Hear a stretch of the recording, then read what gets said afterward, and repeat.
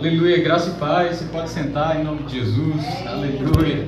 Glória a Deus. Eu queria, antes de começar, agradecer a pastora Anitta pelo convite. Muito obrigado. É uma honra estar aqui com os irmãos, né?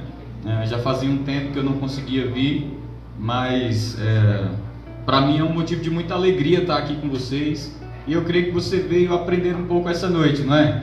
Amém. A pastora Anitta me falou que vocês vêm, né, nessa campanha sobre os dons do Espírito, aprendendo, né, absorvendo aí a palavra. E eu trouxe aqui para você um ensinamento.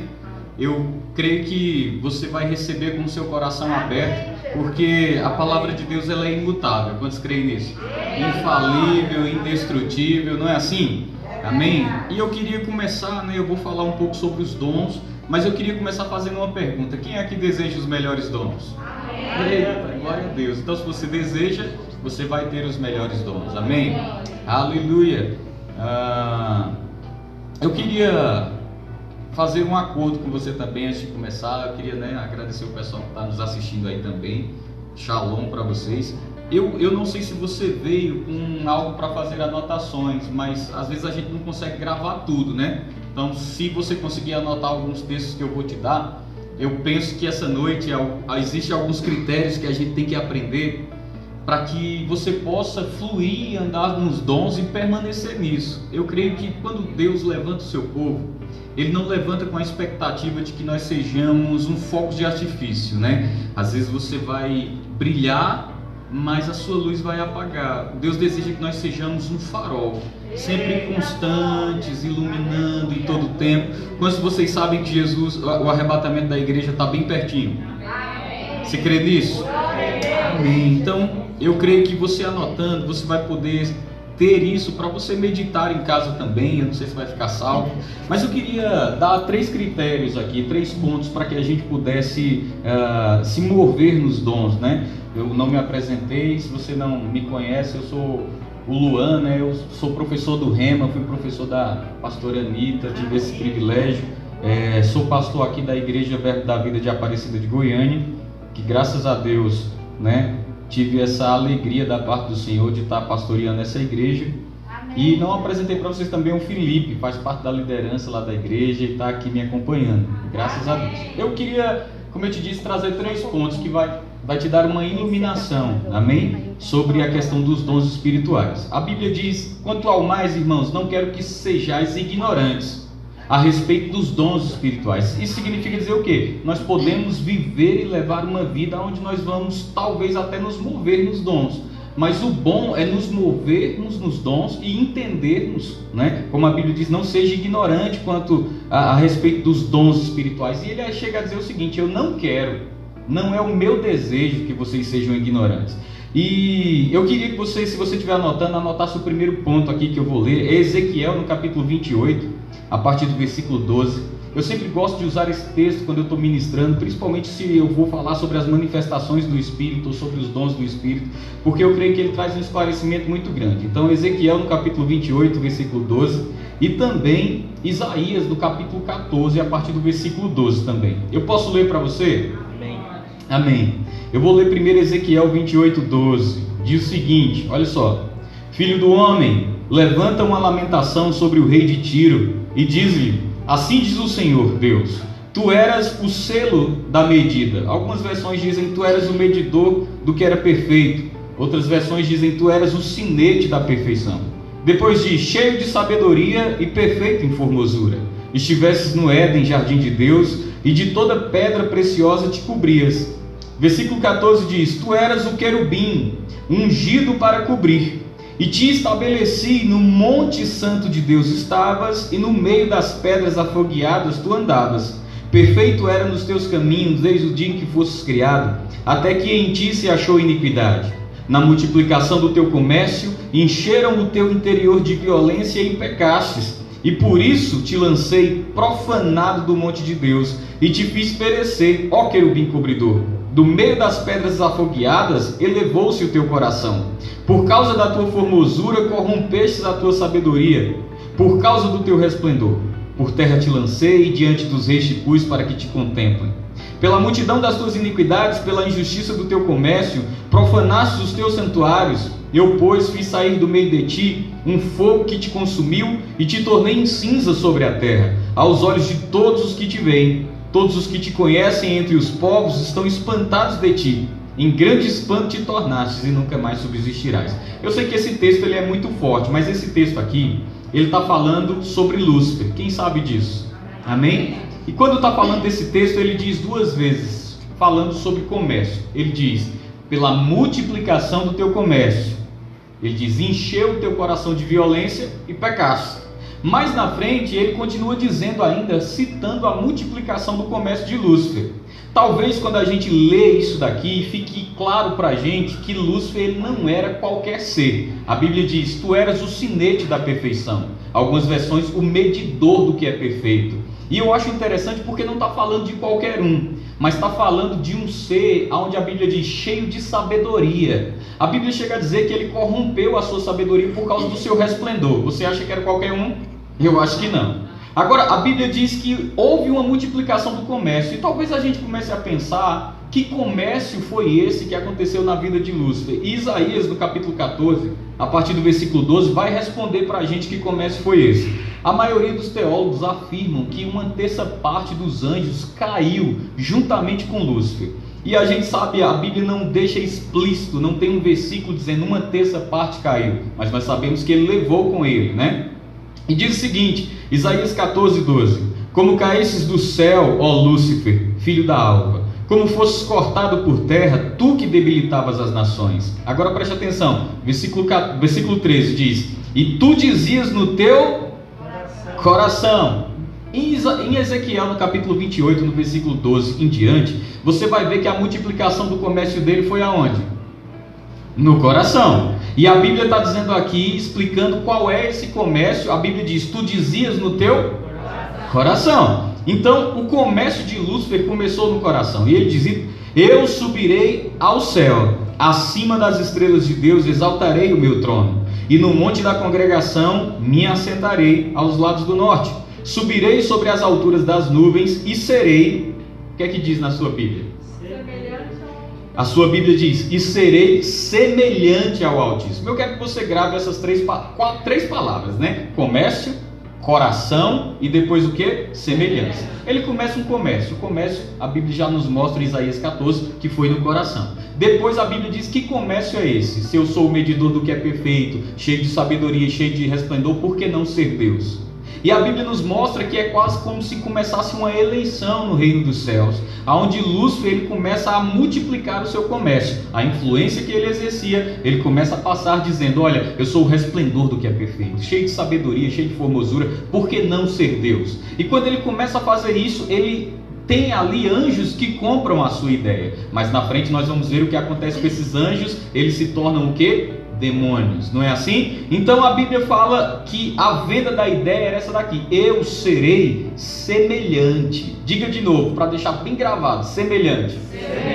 Ok, vamos adiante. Contudo, levado serás ao inferno, ao mais profundo do abismo. Os que te virem contemplarão, considerar-te-ão e dirão, é este o homem que fazia estremecer a terra e que fazia tremer os reinos, que punha o mundo como deserto e assolava as suas cidades, que não abria a casa de seus cativos.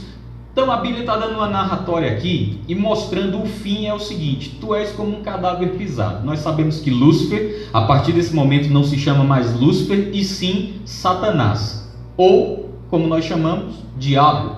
As duas palavras têm uma mesma conotação, a palavra Satanás e a palavra diabo, ela tem uma conotação muito interessante. Satanás, aquele que é pelo avesso.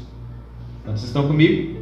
Você viu o nosso irmão falando aqui, ele diz que ele tem esse poder, né, de transformar um ambiente. Você viu ele falando sobre como era feio, né? Mas muitas vezes a Bíblia diz se transfigurando como anjo de luz, não é assim? Agora, você já notou que interessante? A Bíblia está dizendo que ele não é mais Lúcifer, e sim Satanás, aquele que é pelo avesso. Era luz, agora é trevas. A Bíblia também fala uma palavra para ele dizendo diabo. E essa palavra diabo significa acusador.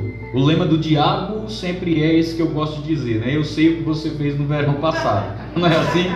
O diabo é aquele que está disposto a apontar o dedo para você, dizer que você é falho, que você não pode atuar nos dons, que você não é digno disso. Vamos adiante. Eu quero que você só tenha calma comigo e a gente vai chegar num bom lugar. E diz o seguinte, ele agora passa a ser diabo, e a Bíblia fala que ele é o acusador dos irmãos, a ponto da Bíblia afirmar em Apocalipse, categoricamente, dizendo o seguinte: e eles o venceram. Venceram quem? Aquele que insistia em acusar de dia e de noite os irmãos. A Bíblia diz: e eles o venceram pelo sangue do Cordeiro e por conta da palavra que ousaram confessar. Amém?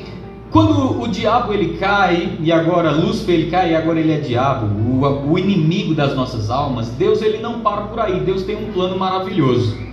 E o plano de Deus começa em Gênesis, no capítulo 1, quando ele diz, no princípio criou Deus os céus e a terra. A terra era sem forma, vazia, havia trevas sobre a face do abismo, e o Espírito de Deus pairava sobre ela. Até então, existe uma atuação aqui. Que atuação é essa? Do Espírito. Fazendo o quê? Pairando. Você está estudando sobre os dons do Espírito, não é assim?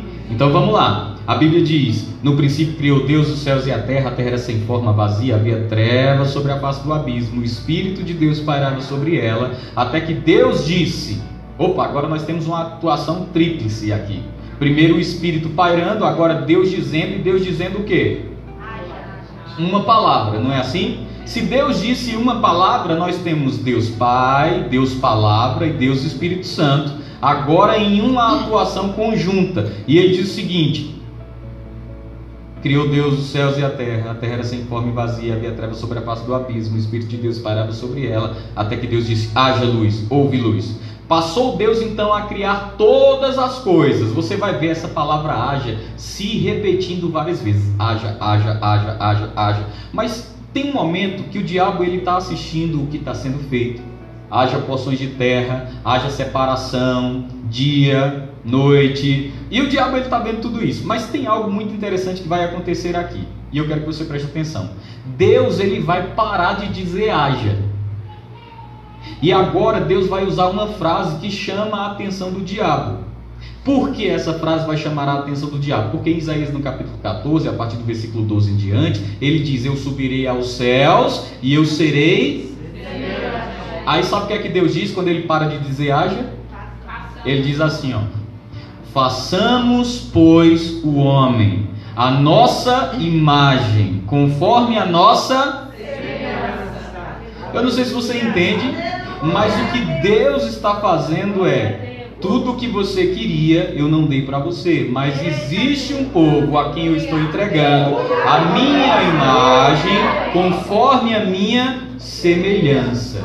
E é interessante, eu sei que existe uma discussão teológica sobre quando Deus fala, façamos o homem a nossa imagem, conforme a nossa semelhança. Aí eu sei que existe uma discussão onde fala, quem é o homem a não ser um comedor de feijão e um comedor de arroz. Mas eu acho interessante porque a Bíblia pergunta, mas é a mesma Bíblia que responde. A Bíblia diz: quem é o homem? Essa é a pergunta. Amém? Temos um tesouro em vasos de barro. Agora é só barro? Será? A Bíblia diz o seguinte: quem é o homem para que dele tu te lembres? É a Bíblia perguntando. Vamos ver qual é a resposta? A Bíblia ainda continua: e o filho do homem para que o visites? Aí a Bíblia responde. A Bíblia pergunta, a Bíblia responde: quem é o homem para que dele te lembres? Ou o filho do homem para que o visites? Agora, todavia, um pouco menor do que Deus o fizestes, e de honra e de glória o coroastes. Você está comigo ainda? Eu sei que existe uma discussão, porque esse texto ele se repete no Novo e esse texto se repete no Velho Testamento. Mas é uma conjuntura de palavras onde nós entendemos que a palavra que está ali é a palavra Elohim. Quem sabe o que significa Elohim? Deus na sua pluralidade. Então, ele está dizendo o seguinte, façamos pois o homem à nossa imagem, conforme a nossa semelhança. Por que o diabo fica tão irritado? Algumas versões estão traduzidas como: façamos pois o homem à nossa imagem, conforme a nossa semelhança. Aí depois: quem é o homem para que dele te lembres, o filho do homem para que o visites, todavia um pouco menor do que os anjos o fizestes. Mas irmãos, não chega a ser só uma questão de tradução, uma questão espiritual, mas se torna também uma questão de lógica. Se o diabo era um querubim, você acha mesmo que o diabo teria inveja de você se Deus tivesse feito você um pouco menor do que o anjo? O que o diabo diria é: faltou imaginação em Deus, faltou criatividade em Deus. Mas sabe o que é que aconteceu aqui? De fato, Deus faz isso aqui, ó: façamos o homem à nossa imagem, conforme a nossa semelhança. A Bíblia diz: um pouco menor do que Deus o fizesse. É por isso que muita gente pensa: o diabo me odeia porque eu evangelizo, o diabo me odeia porque eu vou à igreja, o diabo me odeia porque eu sou do ministério de música, o diabo me odeia porque eu venho aqui e ajudo a pastora Anitta. Mas o diabo não te odeia pelo que você faz, ele te odeia por quem você é.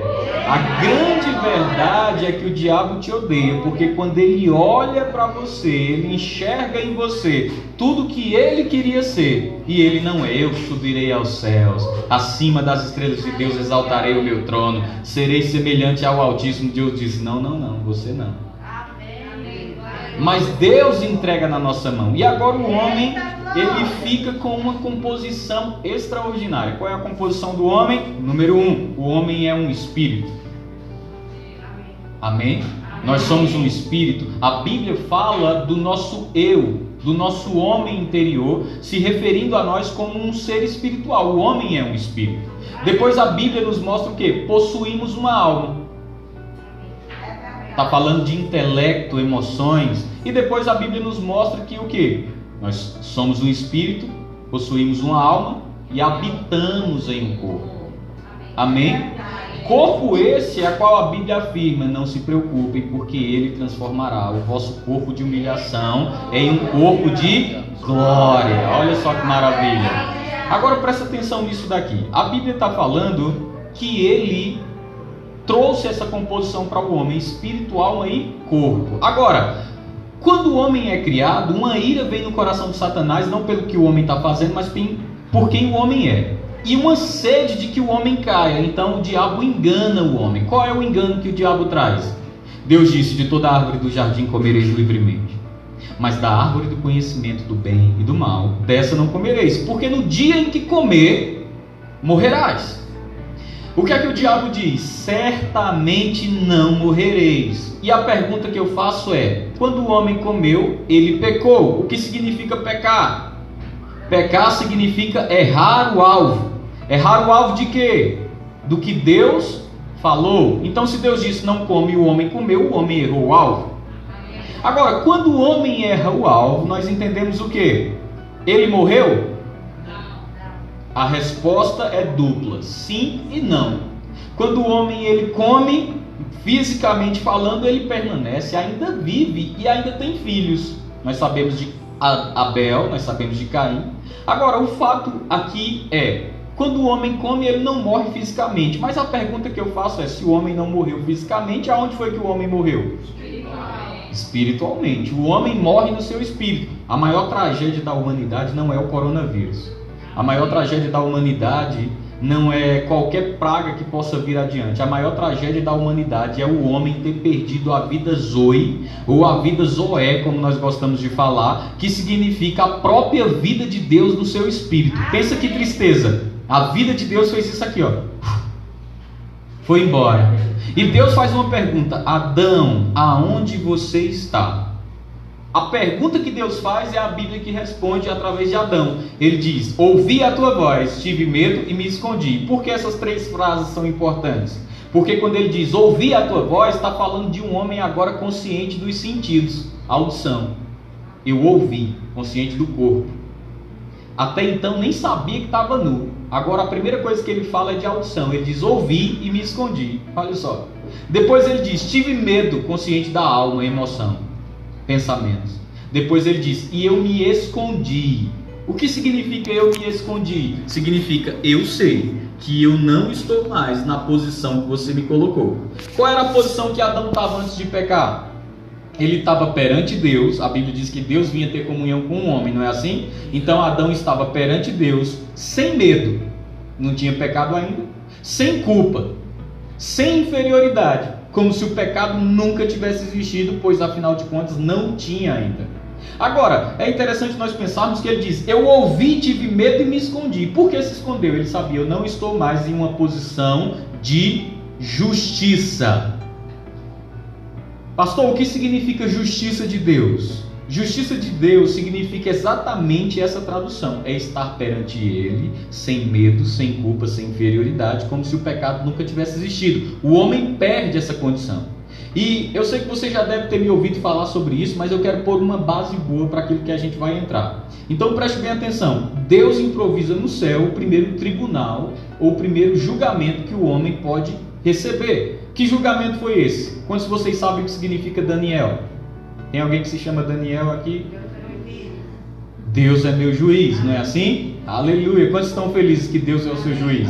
Amém? E quando Deus ele improvisa o primeiro tribunal no céu, nós temos o homem como um réu, a mulher como um réu, e nós temos uma figura aqui que é o diabo como um promotor de acusação. E o diabo, ele entende duas coisas. Número 1, aquele por quem você é vencido, dele tu te tornarás um escravo. Está falando de pecado. Aquele por quem você é vencido, dele tu te tornarás um escravo. O que é que o diabo estava reivindicando então? O homem pecou, o homem morreu espiritualmente, o homem agora é meu. A segunda coisa que a Bíblia diz é: a alma que pecar, esta morrerá. Então Adão ele estava debaixo de um jugo e de uma sentença de morte. E Deus, como um juiz muito sábio, ele sabe para que um julgamento seja perfeito, embora tenha um promotor de acusação. Se você já viu aqueles filmes quando alguém é preso, a pessoa escuta o quê? Você tem direito de permanecer? E tudo que você disser será usado contra você no tribunal. Você também tem direito a um advogado de... Desse jeito. E Deus sabia o quê? Nós temos o promotor, nós temos o réu, temos o juiz, mas nós não temos o promotor, ou melhor, o advogado de defesa. Aí olha só que maravilha. Olha o que é que Deus faz. Ele julga primeiro o homem, ele diz: maldita é a terra por tua causa. Isso já responde muita coisa.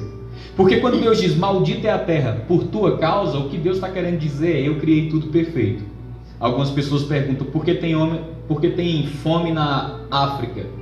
Eu quero te dizer, não foi Deus que criou a fome da África, mas maldita é a terra por causa do homem. Por que tem doença? Não foi Deus que criou a doença. Deus não pode dar doença. Por quê? Porque a Bíblia diz que toda boa dádiva, todo dom perfeito vem diretamente dele, do Pai das luzes, em quem não há mudança, não há treva, nem sombra de variação. Então Deus, ele só pode dar o que é bom.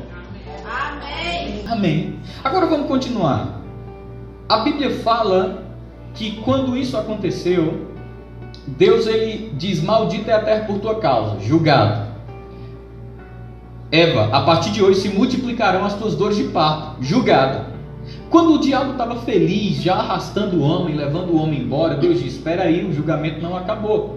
O julgamento só é perfeito se o advogado tiver. Então ele diz o que a serpente? Ele diz: quanto a ti, serpente, da semente da mulher nascerá um, e ele esmagará a tua cabeça. Não é assim? Aleluia! O que é que Deus estava dizendo? Jesus vai nascer. E quando Jesus nascer, a autoridade que você deu para o diabo, Jesus vai pegar essa autoridade e devolver para o homem.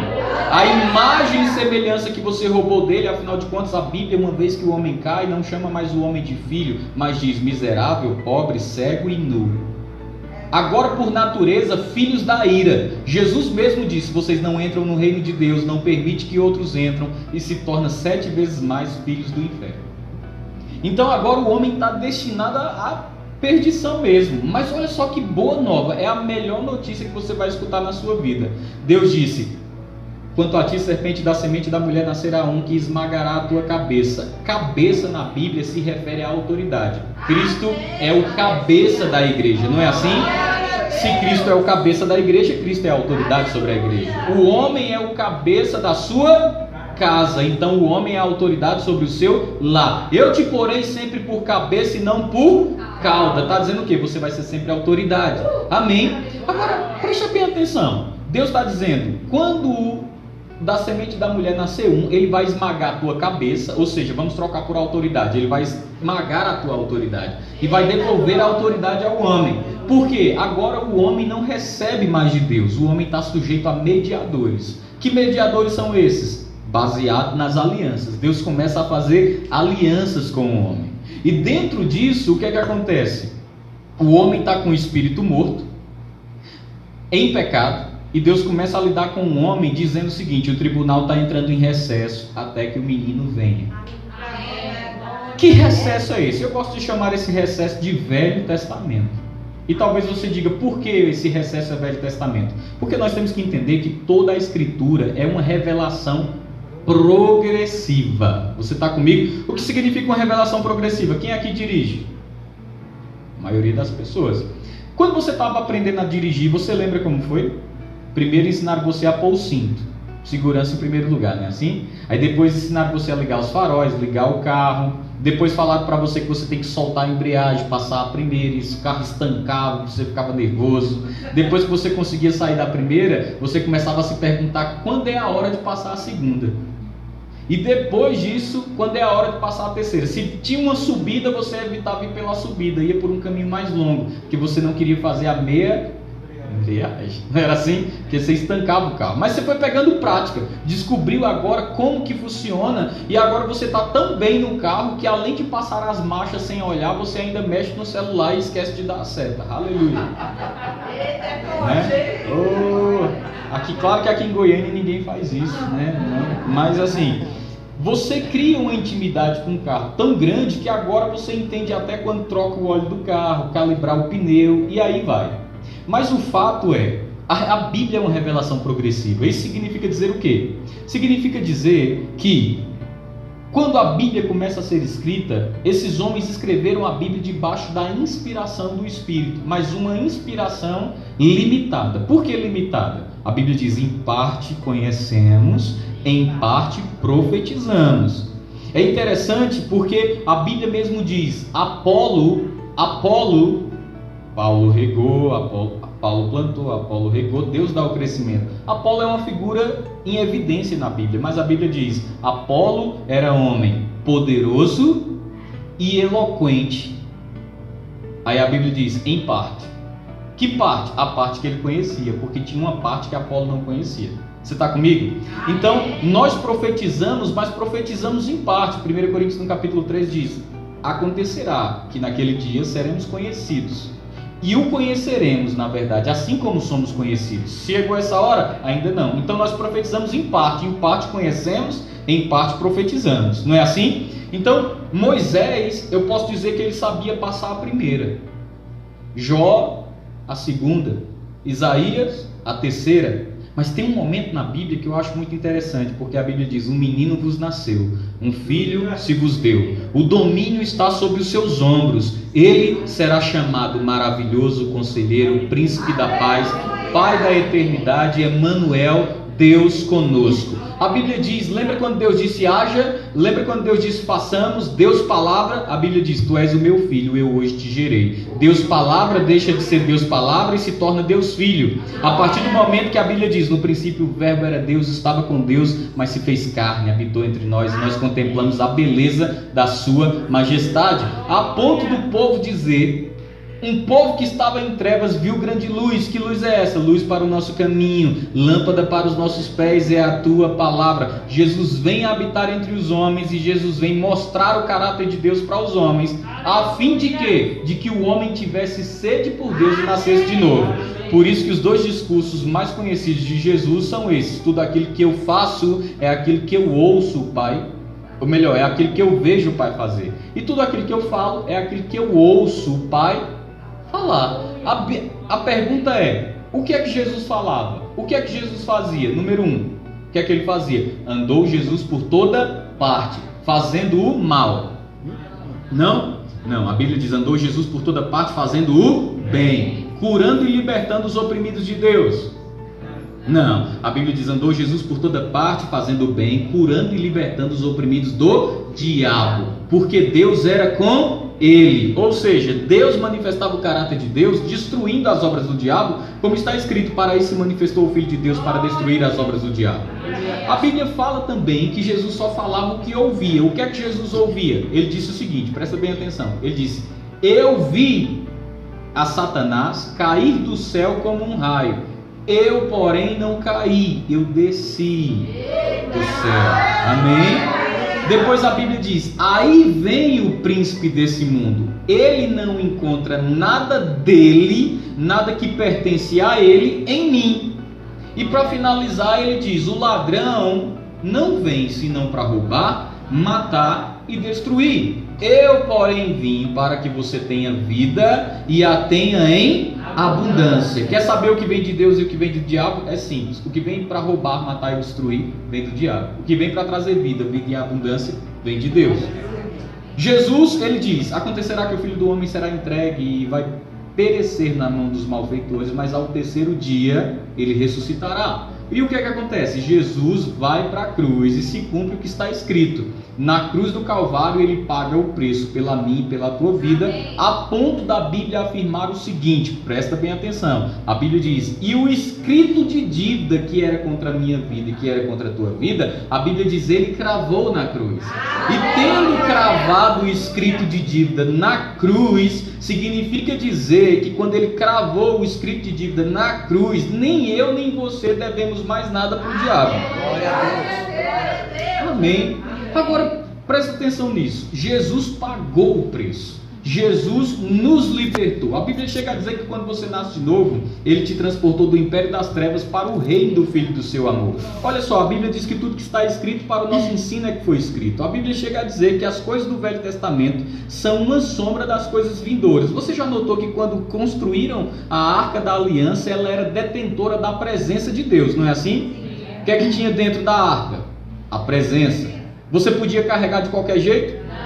Não. Se carregasse de qualquer jeito, era consumido. Agora, dentro da arca tinha a presença. O que mais? Tinha as tábuas e tinha a vara. Muito bom. Muito bom, isso mesmo. O que significava as tábuas dos 10 mandamentos? Significava uma figura vindoura que dizia: eu tirarei o coração de pedra e colocarei o coração de carne. O que significava a vara? Significava a autoridade do crente florescerá de novo. Então o que ele estava dizendo é: a arca retém a presença, o coração de pedra e a autoridade caída. Na tampa da arca existia um anjo esculpido, olhando para o outro anjo. Era bem na tampa. Se você pegar qualquer foto da arca, você vai ver um anjo esculpido olhando para o outro anjo. No terceiro dia, a mulher vai atrás do corpo de Jesus, desesperada, dizendo: aonde colocaram o meu Senhor? Sabe o que é que ela encontra? Uma voz que diz assim: por que você busca dentre os mortos aquele que vive está? Mas vale salientar que quem disse isso para ela era um anjo que estava sentado numa ponta, olhando para o outro anjo que estava sentado na outra. A diferença é que agora a presença de Deus não estava mais presa, porque o véu foi rasgado de alto a baixo. E quando o véu foi rasgado de alto a baixo, você lembra o que aconteceu no jardim? Deus diz: façamos o homem. A Bíblia diz que Deus pega o homem do pó da terra e faz, sopra no homem o fôlego da vida. Não é assim? E o que é que Jesus faz quando ressuscita? Olha só, tá ali Jesus. Jesus aparece como carpinteiro. Jesus aparece como confundido como glutão, beberrão, mas nunca tinha aparecido como jardineiro. E naquele momento está ali Jesus no jardim, e aquela mulher, ainda inconformada com a resposta dos anjos, diz: aonde colocaram o meu Senhor? Pergunta para o jardineiro, e ele chama ela pelo nome. Quando ele chama pelo nome, ela diz: Rabone, o meu Senhor ressuscitou. Não é interessante para a gente pensar que Jesus vem na figura de um jardineiro? Ele poderia ter vindo na figura de um carpinteiro, mas o que ele estava querendo dizer era: foi no jardim que o homem perdeu a presença.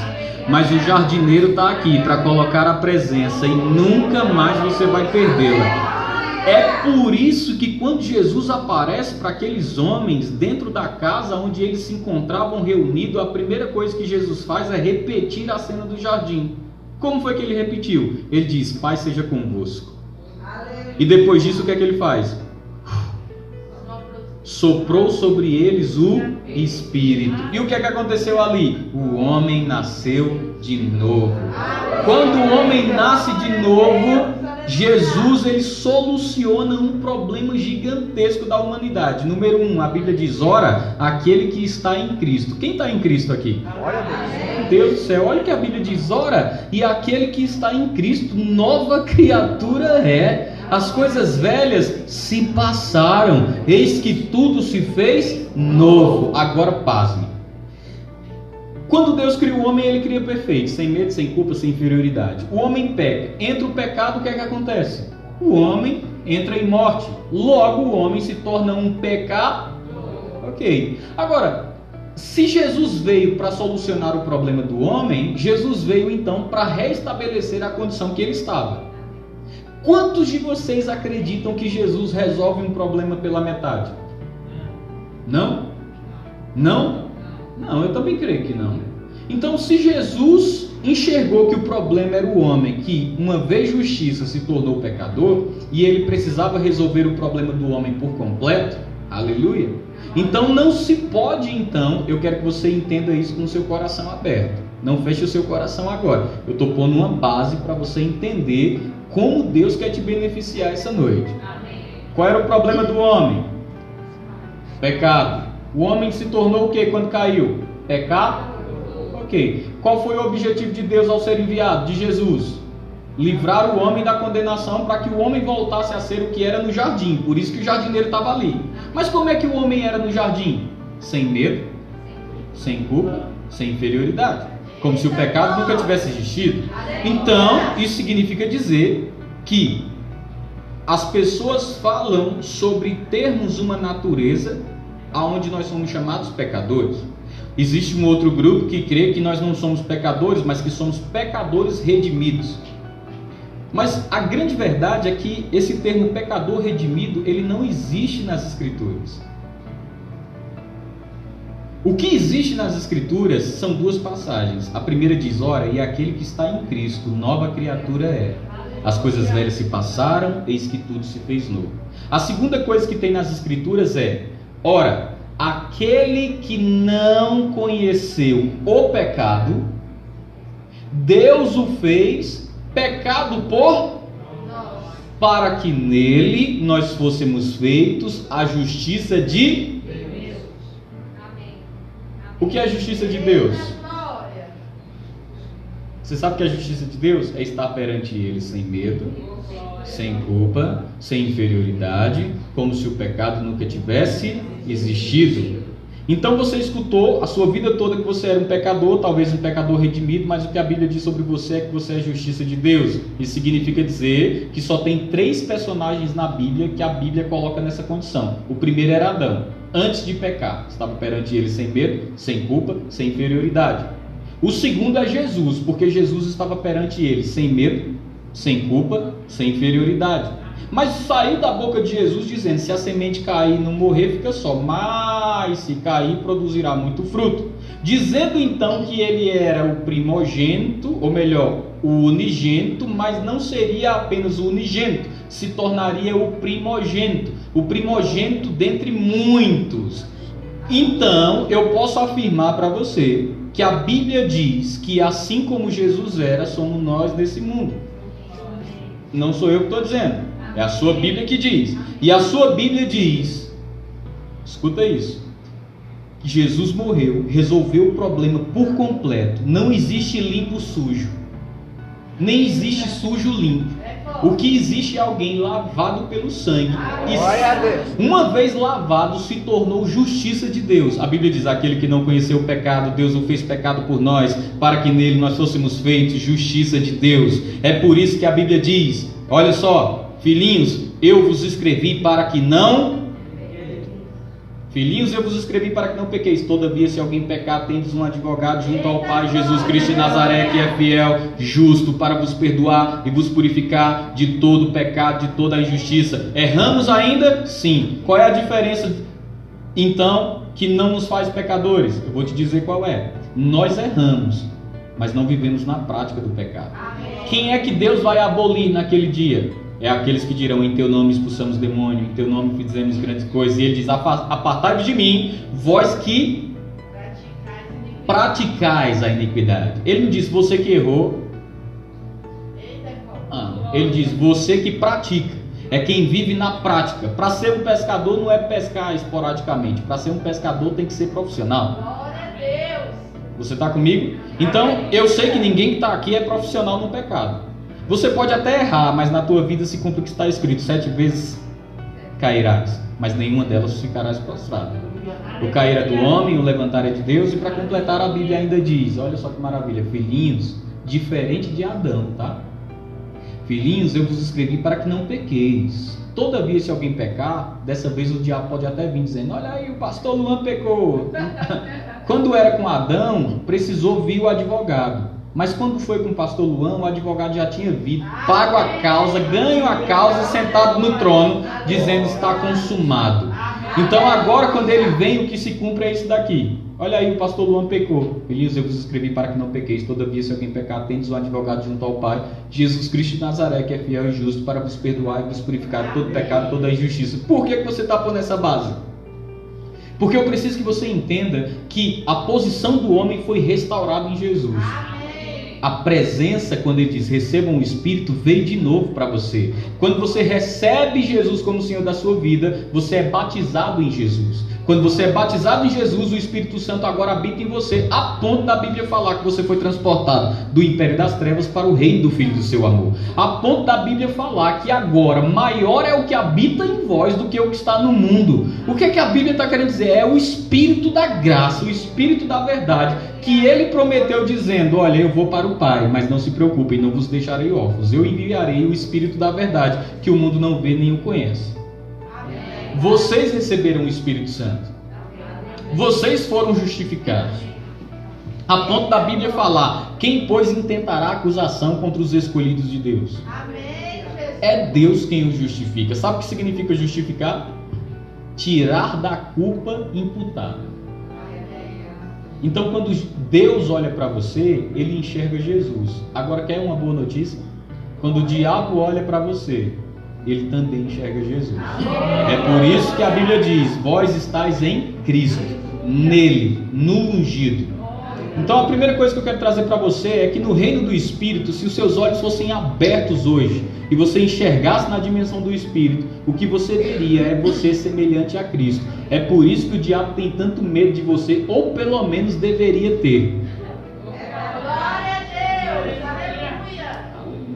Você já viu, se você for lá na rua, numa BR aqui, colocar a mão para uma carreta, ela vai passar por cima de você. Mas se você passar no concurso, vestir a farda de Polícia Federal, quando a carreta estiver vindo e você estender a mão, ela vai ter que parar. Por que ela vai ter que parar? Porque ela sabe que se você está com a farda, por trás da farda tem um reino, tem um governo. A Bíblia diz que ele trocou as tuas vestes sujas por vestes de santidade. Se o diabo vem para cima, ele enxerga as tuas vestes. Por trás das vestes enxerga o governo. E ele sabe, se tentar passar por cima de você, vai ter que tentar passar por cima de Deus. Amém? Então, entendendo que você é justo, entendendo, até porque quem já teve uma oração atendida aqui? Você sabia que você só teve a oração atendida porque você é justo? Afinal de contas, a Bíblia não diz: e a oração do pecador pode muito seus efeitos. Não. A Bíblia também não diz: e a oração do pecador redimido pode muito em seus efeitos. Não, a Bíblia diz: e a oração do justo pode muito em seus efeitos. Então, já que você entendeu que você é digno, porque Jesus te fez digno, sabe, irmãos, talvez eu esteja falando essas coisas hoje, eu estou falando, disse que eu podia ficar à vontade, eu estou pregando. Então, assim, talvez você olhe para você e diga: rapaz, ele não sabe do que está falando. Se ele soubesse o que eu fiz ontem, ele não ia dizer que eu sou justo. Sabe qual é o problema do homem? Eu vou dizer: você julga a sua justiça pelo seu comportamento. E você deveria julgar a sua justiça pela sua natureza.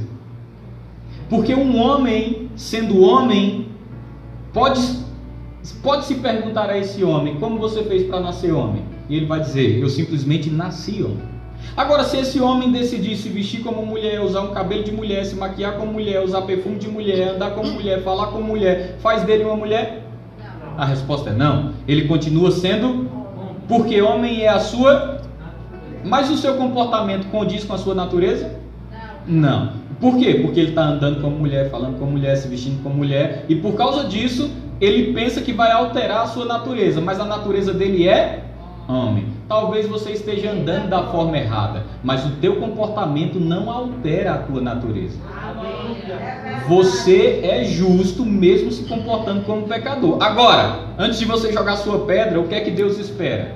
Ele diz: andai da maneira digna da vocação a qual fostes chamados. Justiça significa aceitação. É Deus dizendo: você é meu filho, eu te aceito como meu filho. Agora, se o teu filho te apresenta um boletim de escola, no boletim de escola só tem nota baixa. Eu vi um pastor contando que o filho dele chegou e disse: pai, ó meu boletim, só tinha nota baixa, ó. Aí o menino começou a se tremer. Ele disse: filho, fica tranquilo, você tirou nota baixa, mas eu sou seu pai, eu te amo. Olha que coisa linda. Aí sabe o que aconteceu? O menino deu aquele sorriso aliviado. Aí ele disse assim: ó, eu te aceito, você é meu filho, eu te amo, tirando nota alta ou baixa. Agora, quer agradar o seu pai, tira 10. Amém. Justiça significa o quê? Por causa não do que você fez, mas do que Cristo fez, você foi aceito justo. Agora, o que Deus espera é que, uma vez justo, você se comporte conforme a sua natureza de justiça. Amém. Amém. Então você já entendeu. Mas, olha que maravilha, eu sou justo. Jesus me fez merecedor. Jesus me fez digno. Jesus me fez por causa não do que eu fiz, mas por causa do que Ele fez. Já não é mais pelo meu comportamento, mas pelo meu DNA. Você já notou?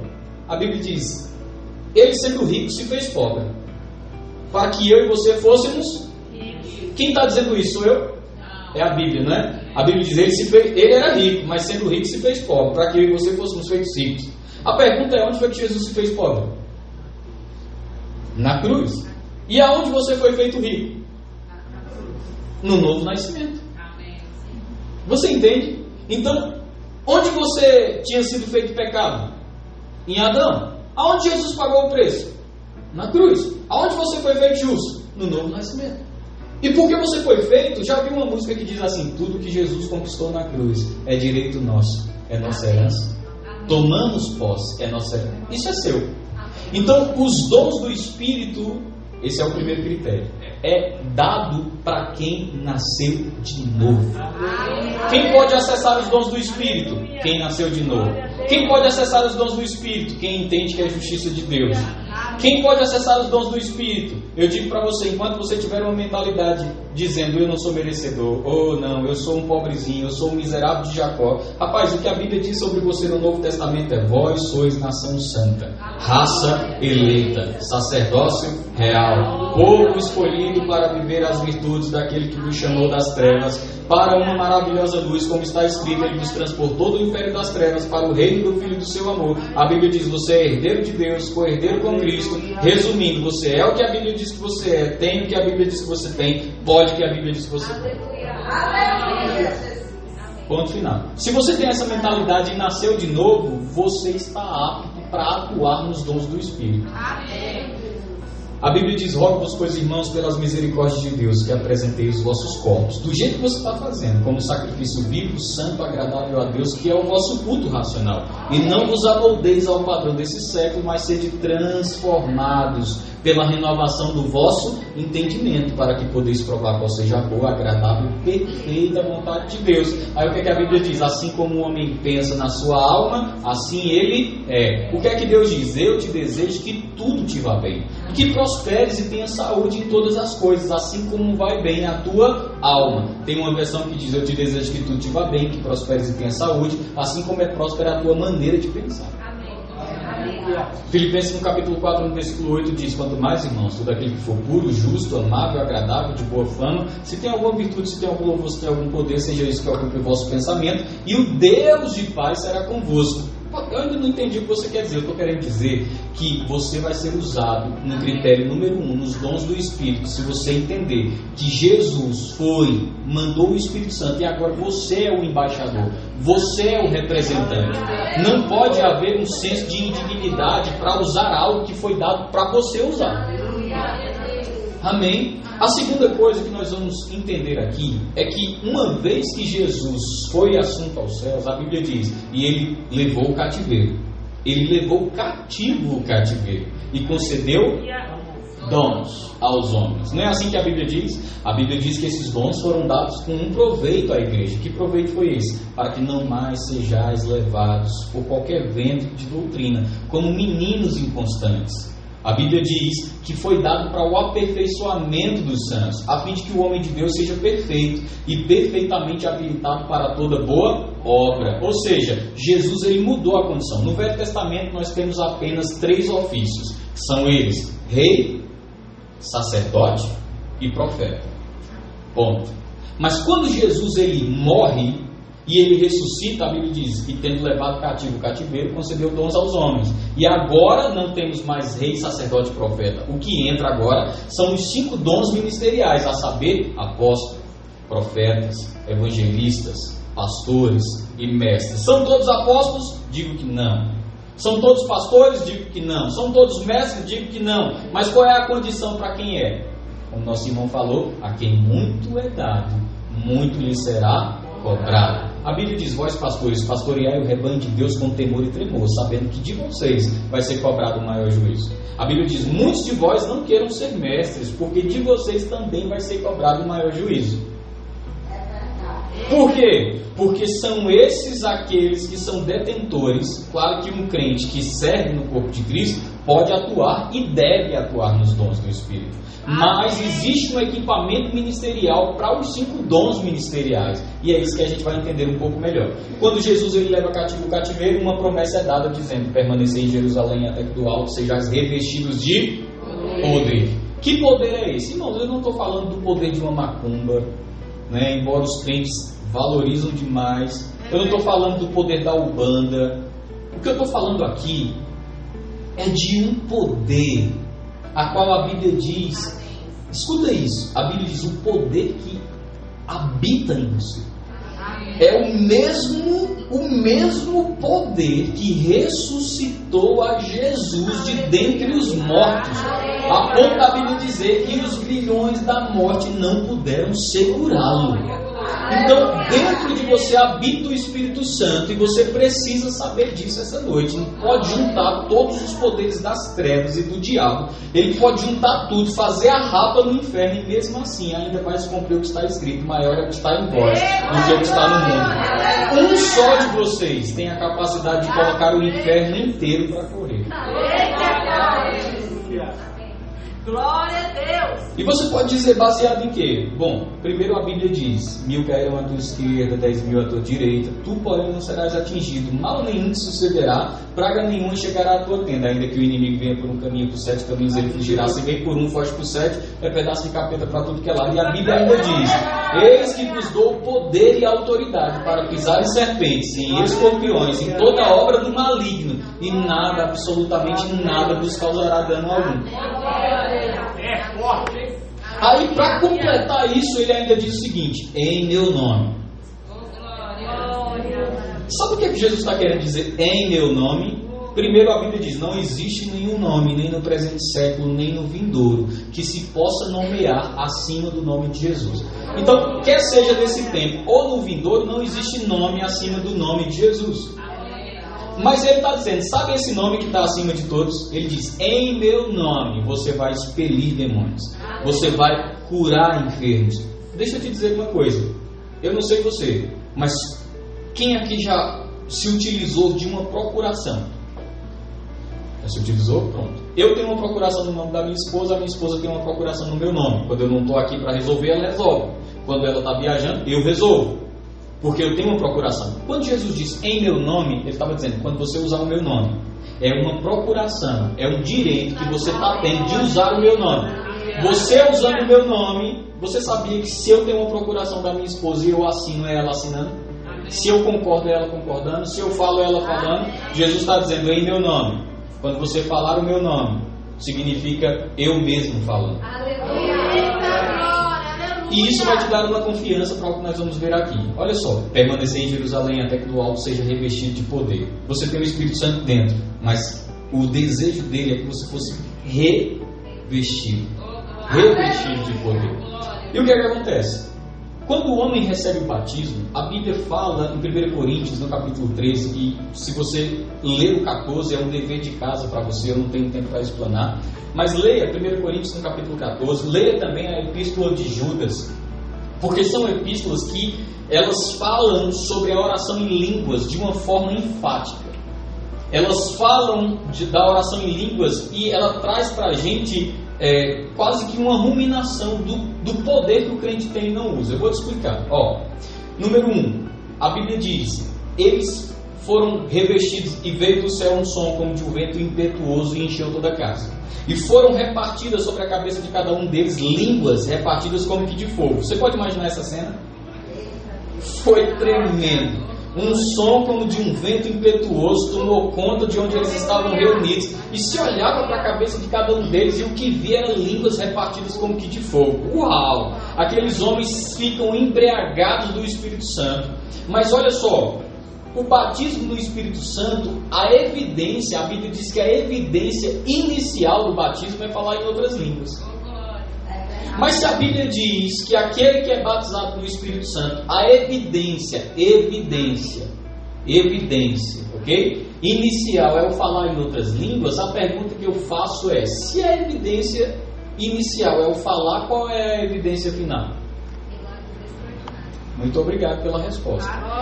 Se a evidência inicial é o falar em outras línguas, a evidência final é o crente andar debaixo de um poder extraordinário.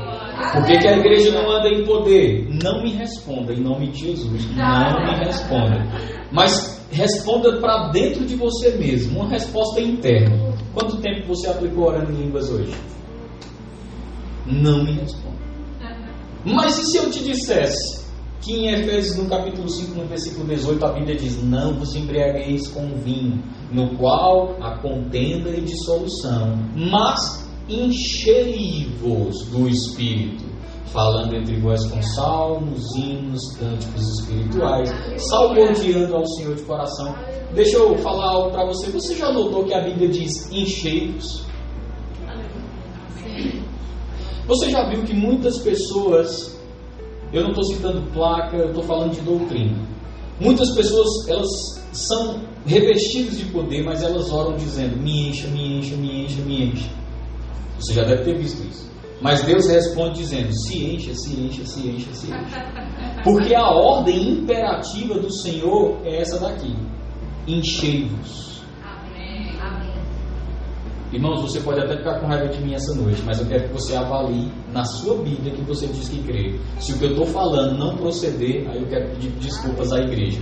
Mas se o que eu estou falando procede, analise as Escrituras. Veja Efésios 5,18 e veja se não está escrito lá: enchei-vos. Por que Deus deu essa liberdade? Porque Ele estava querendo dizer o seguinte: você pode ser tão cheio do Espírito quanto você quiser. É por isso que a Bíblia diz que os discípulos transbordavam do Espírito Santo. Seria injusto da parte de Deus dizer assim: eu vou encher você, mas você eu vou pensar no seu caso. Não. Quando você recebe o batismo, já está em você.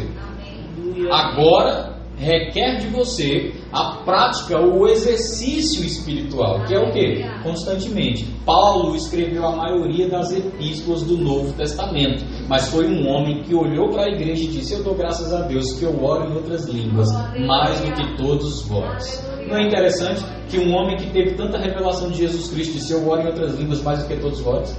Agora vamos lá. Existe uma linha... Posso continuar mesmo?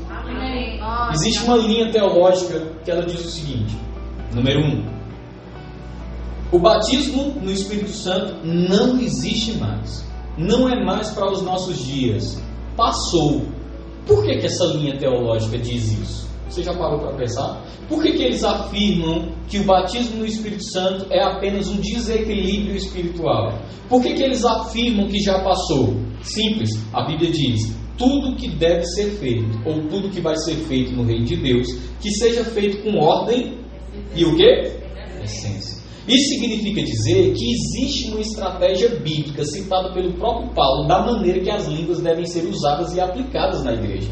Aí veja só, como eles começaram a ver a igreja se utilizando desse processo, mas sem entender o que estava fazendo, eu digo para você, dá muito menos trabalho, escuta o que eu estou dizendo, dá muito menos trabalho proibido que ensinar. Porque ensinar, a Bíblia diz: vós vos tendes tornado tardios para ouvir e rápido para se irar. Não é todo mundo que vai ter paciência de sentar e ouvir um ensino. E a Bíblia diz: olha, você se tem tornado tardio para ouvir, mas rápido para se irar. E a Bíblia fala que o segredo, a Bíblia diz, a sabedoria é para aqueles que esquadrinham. Aleluia. O segredo aqui é ouvir. Por isso que ele diz: filho meu, atenta para as minhas palavras. As minhas razões, inclina os teus ouvidos. É vida para quem acha, saúde para o seu corpo. O que é que a Bíblia está dizendo? Ouvir é desgastante? É. Tem um homem que caiu da janela enquanto Paulo falava. Mas eu garanto para você: e conhecereis a verdade, e a verdade vos libertará. Então, o que a Bíblia está nos mostrando aqui é o seguinte: a linha teológica diz: não existe mais, não é mais para o nosso tempo, não é mais para os nossos dias, porque via a igreja utilizando de uma forma desequilibrada. Por exemplo, o meu pastor, quando ele estava ensinando, quando ele estava pregando, né, e alguém se levantava no meio da igreja orando em outras línguas, ele dizia: senta. A pessoa sentava e ele explicava: irmãos, julgai entre vocês se é lícito. Espírito Santo que está aí interrompeu o Espírito Santo que está falando aqui. Você está entendendo? Ele diz: acaso o Espírito Santo que está aí interromperia o Espírito Santo que está falando aqui? Digo para você que não. Aí o que acontecia? No final do culto ele dizia: a irmã ainda quer falar? Queria? Não. Ia embora com raiva, mas quem ficava aprendia. Que existe um momento para todas as coisas, porque tudo deve ser feito com ordem e... Ele trazia muitos pregadores americanos. Inclusive eu trago para vocês aí, quem estava aqui na oportunidade, um abraço da Lorenda. Ela já falou que no próximo ano vai estar de volta ao Brasil, que amou aqui a igreja e que quer voltar aqui. Amém? Eu quero dizer para vocês o seguinte: quando ele trazia os americanos, e eles... A gente gosta, né, do que é de fora, é bom mesmo. Mas quando se profetizava, a igreja se incendiava de uma forma tão afogueada que o pastor ele subia e ele dizia assim: eu desafio. A pessoa estava lá,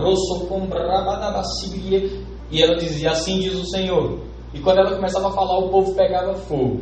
E ele dizia assim, ele subia e dizia: eu desafio, eu estou ensinando sobre os dons, preste atenção.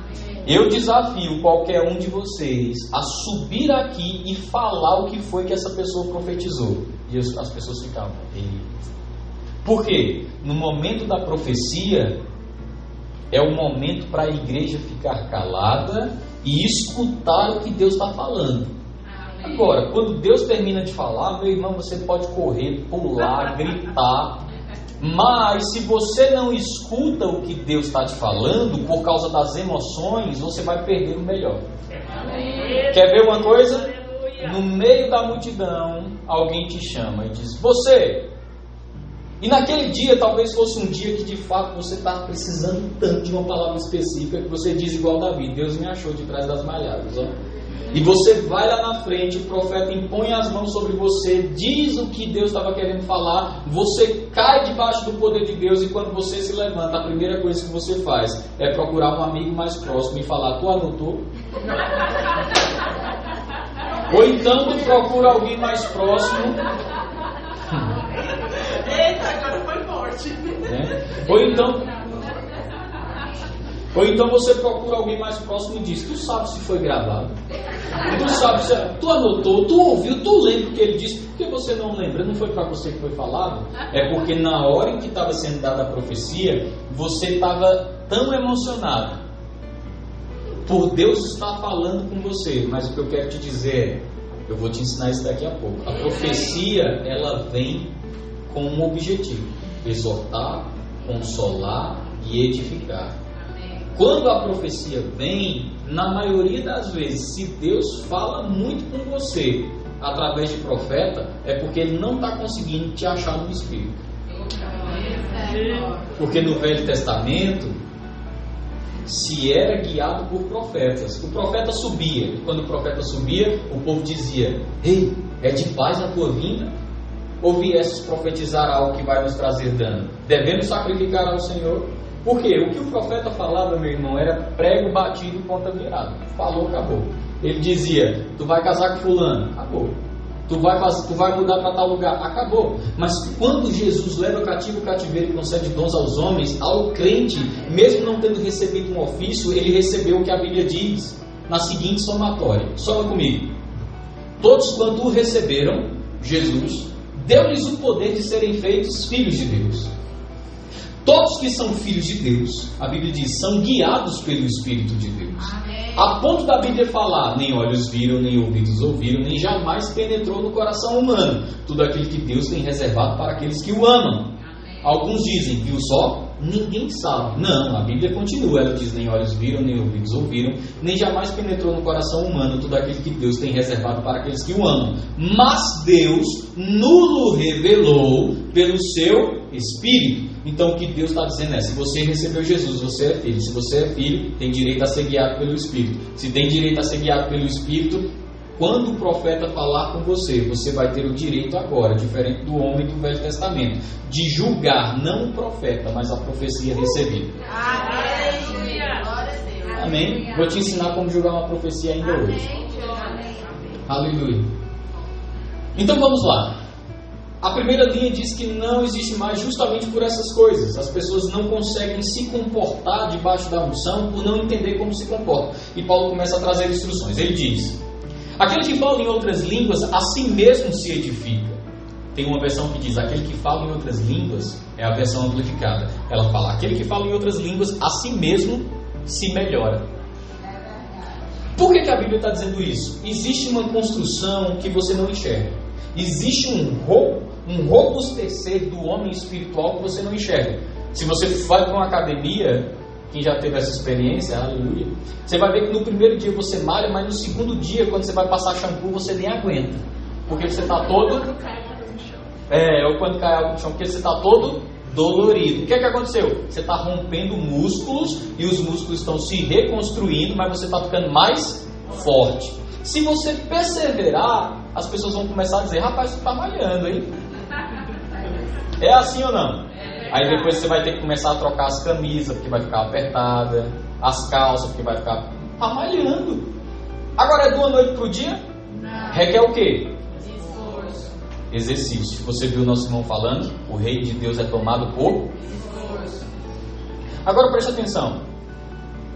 Quando você começa a se exercitar, talvez você não veja resultado, mas os resultados virão. Mas Paulo está dizendo, se você orar em outras línguas, a si mesmo se edifica.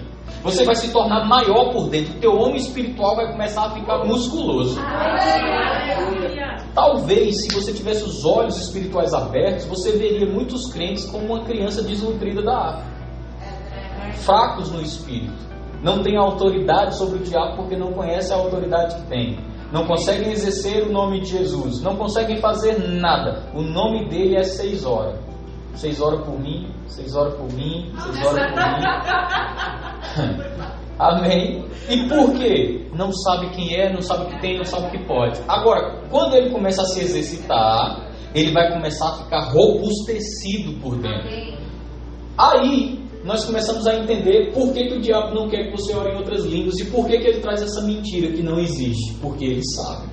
Se o povo de Deus for ensinado, ele vai descobrir que aquele que ora em outras línguas, a si mesmo se edifica. Orar em outras línguas, você já viu um carro quando ele descarrega a bateria, aí você liga para o amigo vem, abre a porta, a mala do carro, o capô, liga fios no capô, liga no seu carro e o seu carro recebe força. Chama-se de chupeta, de onde eu venho. Não sei como é que chama aqui. Mas deixa eu te dizer, orar em outras línguas é receber uma chupeta do céu. É quando você está fraco, desanimado, mas você começa a roçocom. É como se 2 carros desencapados descessem diretamente do Espírito Santo. E você pegasse nele e começasse a... É nesse momento que teu celular toca. É nesse momento que alguém te manda mensagem. É nesse momento que teu marido te chama, que tua esposa te chama, que alguém liga para você. Está se sentindo sozinho, vai orar em línguas. Você vai ver o tanto que seu celular toca.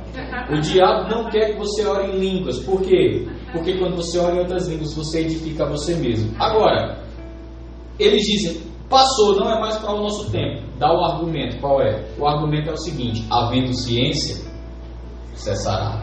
Havendo conhecimento, cessará. E havendo línguas, cessarão. Não é mais para o nosso tempo. Então, a Bíblia deve ser interpretada texto e contexto. Porque nós aprendemos que todo texto fora do contexto é um pretexto para pregar o que se quiser. Não é assim? Então, nós pegamos o texto e vamos examinar. A Bíblia diz, havendo ciência, cessará. Pergunta, a ciência cessou? Não. Pelo contrário, até uns dias desses nem tinha vacina, agora estão disputando para ver qual é a melhor. Tomou qual? Faz. E você, corona vai, não me boa. Então assim, a ciência só evolui. Conhecimento cessou? Não, hoje em dia você quer... Olha, estou falando com os meus irmãos, um está lá nos Estados Unidos. E a gente está se comunicando daqui. O conhecimento não para. O conhecimento está na palma da sua mão. Antes, a principal função do celular era ligar. Hoje é a de menos. Porque faz tudo para você. Agora deixa eu te dizer, se o conhecimento não cessou, se as línguas não cessaram, a pergunta que eu faço é: por que só as línguas têm que cessar? Afinal de contas, não é texto e contexto? Então nós derrubamos por terra, uma vez que o conhecimento não cessou, que ciência não cessou, línguas também não cessaram. Aí vem o segundo argumento, a segunda linha teológica, que diz o seguinte: línguas não cessaram. De fato, tem gente sendo batizada no ônibus, no Afeganistão. Inclusive, um amigo meu me mandou mensagem dizendo que pregou pela internet, 50 afegãos se converteram. Olha só que bênção. Então, Jesus tem aparecido para esse pessoal nos seus quartos e crianças têm relatado. Inclusive, semana passada saiu um testemunho de crianças que ligaram para a rádio dizendo que querem conhecer quem é Jesus. Irmãos, eu não sei se você sabe, mas tem gente sendo batizada em todos os lugares. Então, eles começaram a ver, nós não podemos dizer que não existe, porque tem gente sendo batizada até quando a gente prega que não existe. Aí, qual é a segunda linha que vem? Existe, mas não é para todo mundo. Essa é a segunda linha. E a segunda linha, ela vem baseada no seguinte argumento: para você receber o batismo, você precisa entrar em um nível de oração e consagração da parte de Deus, até que Deus entenda que você está preparado. Aleluia, vamos lá. Fique comigo. Você vai ter que entrar num nível de consagração até chegar num nível de santidade. Mas entenda uma coisa, a Bíblia diz: Ele quem? Deus. Eu gostaria de ter escrito, mas já está escrito. A Bíblia diz: Ele já vos chamou santos, justos e irrepreensíveis. A pergunta que eu faço é: Ele vai te chamar ou já te chamou? Então está no par?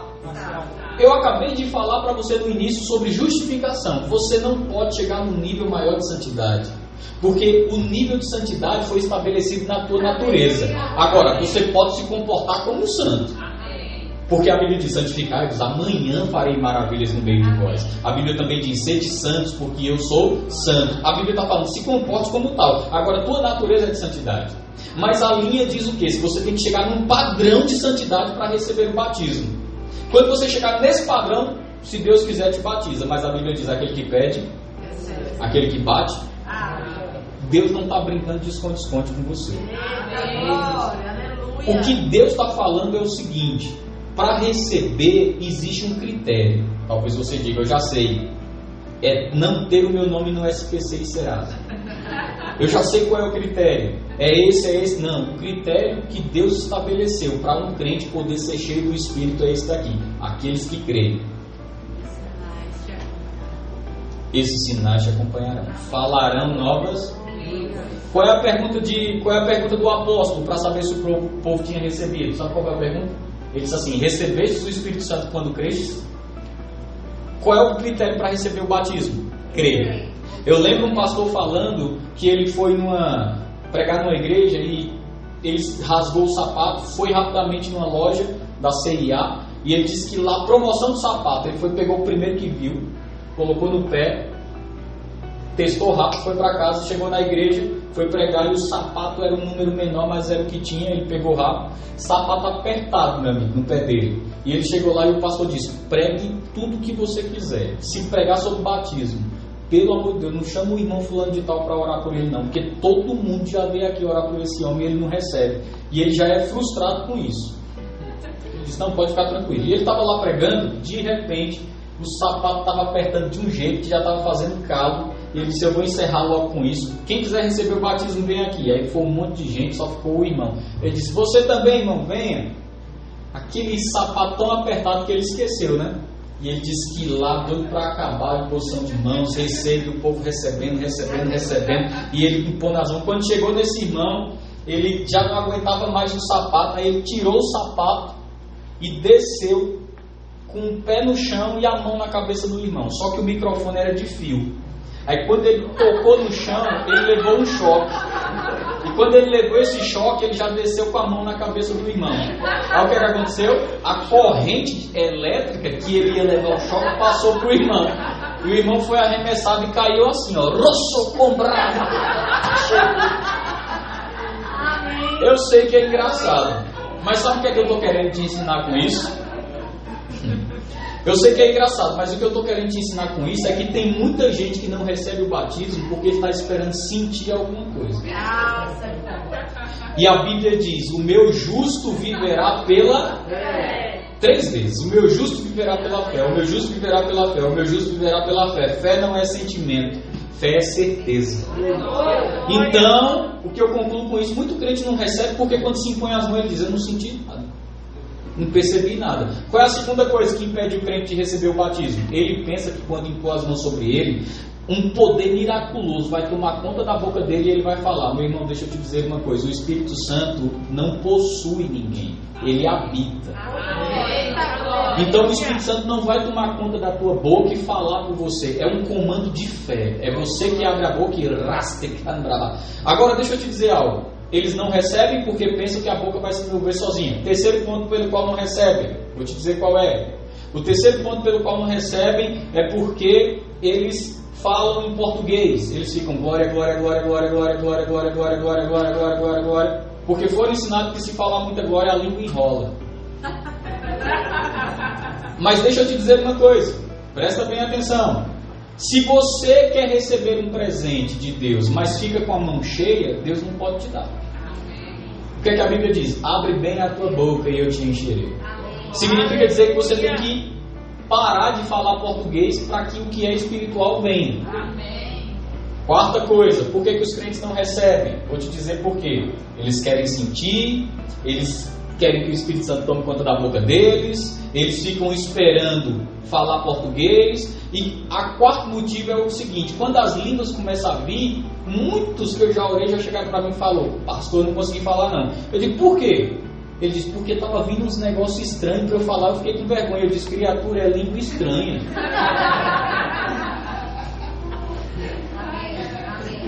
Gente, pelo amor de Deus, como que você vai ficar com vergonha de falar algo estranho se é língua estranha? Ele viu umas línguas separadas, um rabá, sará, e eu não vou falar esse negócio não. Quinto motivo pelo qual o crente não recebe, sabe qual é? Vou te dizer agora. Quando se impõe a mão sobre a cabeça dele, ele rompe com todas essas barreiras e fala. Aí quando ele termina de falar, sabe o que é que o diabo diz para ele? O diabo diz assim, rapaz, tu pode até ter falado, mas tu sabe que tu estava inventando. E você fica condenado, meu Deus, eu inventei mesmo, né? Tinha um irmão falando perto de mim, eu acho que eu copiei. Aí pronto, travou as línguas.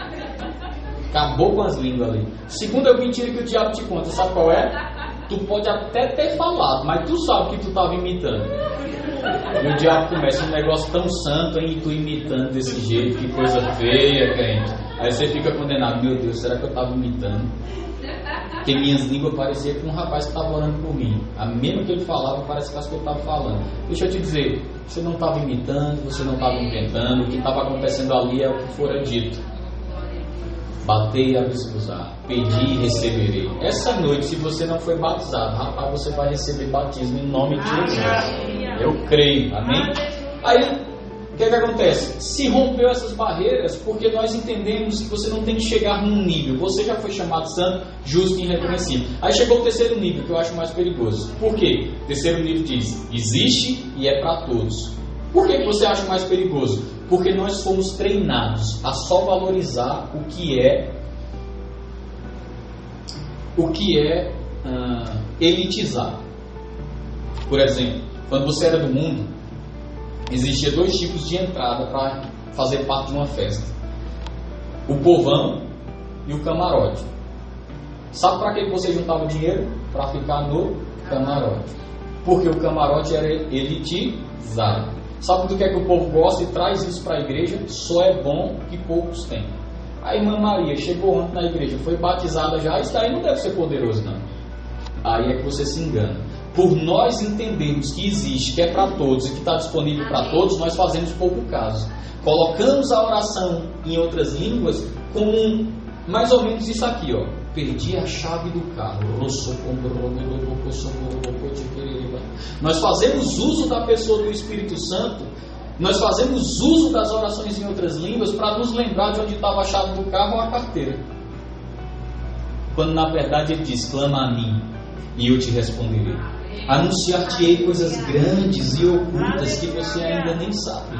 A Bíblia diz: eu bem quem sei os pensamentos que tenho sobre vós são pensamentos de paz e não de mal, para vos dar o fim que você deseja. Eu não sei qual é o fim que você deseja, mas a Bíblia diz: haverá um bom futuro para ti e a tua esperança não será frustrada. Ou seja, você tem o acesso à oração em outras línguas disponível, mas não usa. Mas se você usar, você vai descobrir que Efésios vai se tornar uma realidade na tua vida. Que é o que? Não vos embriagueis com vinho, no qual há contento de solução, mas enchei-vos do Espírito. Quando você está cheio do Espírito, você vai entender o que a Bíblia diz: e o reino de Deus não é comida nem bebida, mas justiça, paz e alegria. Ou seja, você ora em outras línguas, paz e alegria vem, conformidade com a palavra, e agora você começa a receber direções. Vai para a direita, vai para a esquerda, faz assim, faz desse jeito, faz daquele outro jeito. Você está entendendo o que eu estou dizendo? E aí, irmãos, nós começamos a entender que um crente que entende quem ele é, justiça de Deus, ele é batizado no Espírito Santo, ele passa para a terceira etapa. Aí eu vou fazer a terceira etapa e eu encerro a mensagem. Olha só qual é a terceira etapa. A primeira coisa que nós temos que entender é que existe uma diferenciação do que é fruto e do que é dons do Espírito. Existe o fruto do Espírito. Eu sei que alguns falam os frutos do Espírito, mas se você ler a sua Bíblia, você pode fazer isso, você vai ver que o que está escrito lá é: e o fruto do Espírito é este. Então eu quero ler com você uma passagem aqui, rapidamente. E essa passagem, ela está em... Aleluia, obrigado. 1 Coríntios, no capítulo 12, no versículo 31. Eu posso ler? Diz o seguinte: portanto, procurai com zelo os melhores dons, e eu vos mostrarei um caminho mais excelente. Amém? Agora preste atenção e eu quero que você entenda bem o que a Bíblia está falando aqui. Você é justiça, está cheio do Espírito. Aí a Bíblia diz: você quer dons? Quem não quer a unção? Irmão, a unção de Deus é maravilhosa. Para você ter uma ideia, a Bíblia diz que um homem caiu morto nos ossos do profeta e ressuscitou. A unção de Deus, ela cura o enfermo, ela dá vista ao cego, ela abre o ouvido do surdo. A unção de Deus é o poder miraculoso de Deus em atuação. A glória de Deus pode se manifestar até aqui mesmo essa noite, se Ele quiser. Agora deixa eu te dizer uma coisa: a unção é maravilhosa, mas a Bíblia diz: buscai ou desejai com zelo os melhores dons. Você sabia que essa palavra desejar é a mesma palavra usada no Velho Testamento, quando a Bíblia diz: e tu não cobiçarás a mulher do teu próximo? Você sabia disso? Agora, essa palavra cobiçar, ela tem um significado muito imponente. Essa palavra cobiçar significa desejar do mais íntimo, intenso, profundo, ardente do teu coração. Você vê que não é qualquer desejo? Quando a Bíblia diz desejai com zelo os melhores dons, a Bíblia está dizendo cobice os melhores dons. E cobiçar é desejar do mais íntimo, intenso, ardente e profundo do teu coração. Não é qualquer desejo: eu quero os melhores dons. Não, é algo que você cria fome e sede. Você diz: eu quero isso para a minha vida, eu vou buscar isso. Aí o crente pensa o quê? Buscar isso é passar umas 8 horas orando em línguas. Faz parte. Mas quando a Bíblia diz desejai com zelo os melhores dons, ardente, profundo do seu coração, ela diz: quer mesmo buscar? Quer mesmo desejar? Então eu vou te mostrar um caminho. É isso que a Bíblia está dizendo. Aí quando a Bíblia mostra o caminho, ela vai mostrar para a gente duas coisas. Primeiro, Eclesiastes no capítulo 7, no versículo 1, diz o seguinte: melhor te é a boa fama do que a unção preciosa. Lembre-se, não está dizendo que a unção não é preciosa, mas está dizendo melhor do que a unção preciosa é a boa fama. Tem uma versão que diz melhor é a boa reputação do que a unção preciosa. Ou seja, está falando de algo que parece que está desmerecendo a unção, mas não. O que Deus está falando aqui é o seguinte: se você constrói um edifício e você não alicerça bem os fundamentos, se soprar um vento, ele cai. E o que Deus está falando é: não existe suporte para unção, nem para andar nos dons, se você não tiver caráter. Eita Deus, aleluia. Olha só, a Bíblia diz: melhor te é a boa reputação do que a unção preciosa. Agora, a Bíblia diz que por 2 ou 3 testemunhas é que se confirma um fato. Atos, no capítulo 6, no versículo 3, a Bíblia diz que estava, qual é o contexto? Estava havendo uma confusão ali. Quem que vai servir as mesas? Quem que vai colocar comida nas mesas? Aí o apóstolo diz assim: não é lícito que nós abandonemos o ministério da palavra e da oração para servir a mesa. Servir a mesa é algo simples ou não? Para muitos sim, para outros não. Mas eu quero te dizer, a Bíblia está dizendo, até quem serve a mesa, eu vou estabelecer um critério. Ele diz assim, ó: não é lícito abandonar o ministério da palavra e da oração para servir a mesa. Procura dentre os homens cheios de boa reputação e cheios do Espírito. Tanto em Eclesiastes 7:1 quanto em Atos 6:3, a Bíblia está dizendo, o critério é esse: boa reputação, cheio do Espírito. Boa reputação, cheio do Espírito. Se fizer isso, a Bíblia está dizendo, você tem fundamentos, porque a unção vai te abrir as portas, mas só o caráter vai manter as portas abertas. Então a Bíblia primeiro traz essa fundação, porque a gente deseja muito a unção. Você já viu Pedro? Quem gosta do personagem Pedro? Quem vai dar um abraço em Pedro quando chegar no céu? Amém? Você já viu Pedro como ele era impetuoso? Jesus diz assim, olha, eu vou usar teu barco. Aí usa o barco, Pedro pescando ali, não pescou nada. Aí Jesus diz, vai lá, lança a rede. Sobre a tua palavra eu vou fazer. Lançou a rede, pegou o peixe. Ó. Aí o que é que acontece? Jesus diz, larga tudo que você tem e me siga. O olho de Pedro brilhou, irmão. Por quê? Rapaz, eu recebi um convite. Eu não tenho tempo para entrar na contextualização disso, mas ele diz, eu recebi um convite para seguir Jesus, um rabi. Pedro já tinha sido reprovado para seguir um rabi, mas Jesus disse, larga tudo que você tem, vem e me siga. Aí agora Pedro está andando com Jesus. O que é que Pedro vê Jesus fazendo?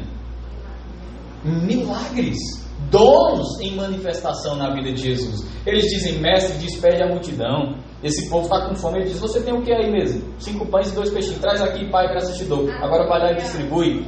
Pedro, ele olha para os 5 pães e para os 2 peixinhos e faz, misericórdia agora.